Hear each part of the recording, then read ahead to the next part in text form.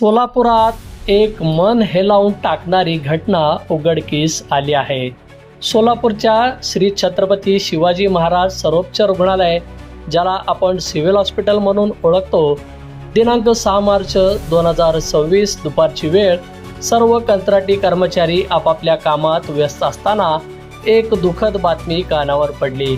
त्यांच्या स्टाफमधील एक तरुण कर्मचारी जो नदीत पोहण्यासाठी गेला होता आणि त्याचा पाण्यात बुडून दुर्दैवी मृत्यू झाला। हे ऐकून संपूर्ण स्टाफवर दुःखाचा डोंगर कोसळला।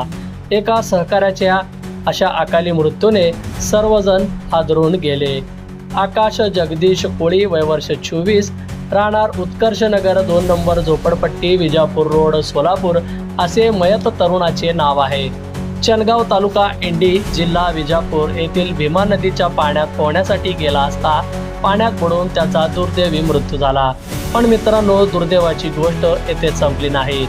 या तरुण कर्मचाऱ्यांचा मृतदेह हॉस्पिटलमध्ये दाखल झाला। डॉक्टरांनी त्याला मृत घोषित केलं।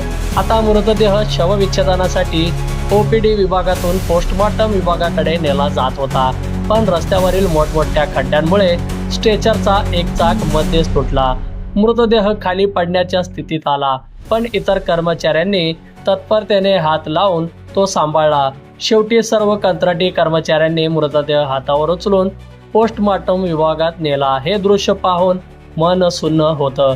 एका कर्मचाऱ्याचा मृत्यू झाला आणि त्याच्या मृतदेहालाही योग्य स्ट्रेचर मिळू शकलं नाही। विचार करा, हा कर्मचारी स्वतःच या हॉस्पिटलमध्ये कंत्राटी आधारावर काम करत होता आणि मृत्यूनंतरही त्याच्या मृतदेहाला सन्मान मिळू शकला नाही। हे हॉस्पिटलच्या पायाभूत सुविधांच्या कमतरतेचं जिवंत उदाहरण आहे। रस्त्यावर खड्डे, स्ट्रेचरची देखभाल नाही, नियमित सर्व्हिसिंग नाही, हे सर्व कशाचं द्योतक आहे? प्रशासनाच्या निष्काळजीपणाचं। किती कर्मचारी आणि रुग्ण रोज या दुर्लक्षामुळे त्रास भोगतात। मित्रांनो, हे बदलण्याची वेळ आली आहे।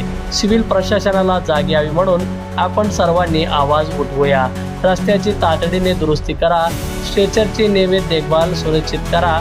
हे हॉस्पिटल हजारो लोकांच्या जीवनाशी जोडलेलं आहे, ते दुर्लक्षित राहू नये।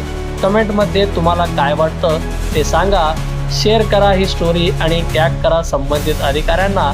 एकत्र येऊन आपण बदल घडवू शकतो। या दुर्दैवी घटनेतून शिकून भविष्यात असे होऊ नये म्हणून प्रयत्न करूयात।